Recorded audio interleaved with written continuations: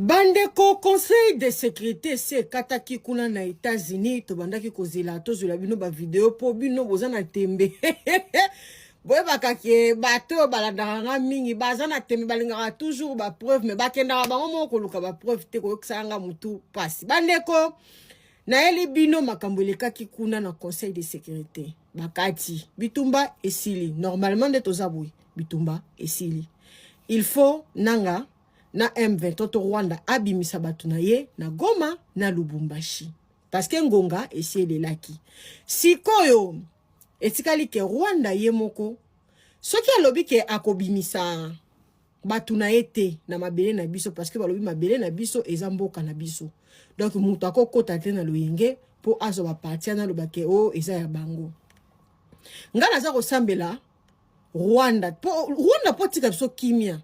Il faut que Kagame kendi. Kagame sera kete.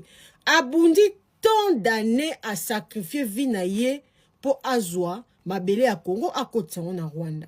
Siko akende kana kimia boy bandeko. Boy baki a respecter ngote. Alors soka respecter ngote.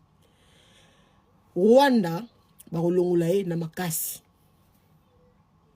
Na romelate. Bolanda. Pour leur engagement dans la négociation de cette résolution ces 2 dernières semaines. Celle-ci porte un message clair. Il n'y a pas d'issue militaire au conflit dans l'Est de la République démocratique du Congo. L'offensive du M23, soutenue par le Rwanda, doit cesser. La priorité va à la conclusion d'un accord de cessez-le-feu effectif, inconditionnel et immédiat.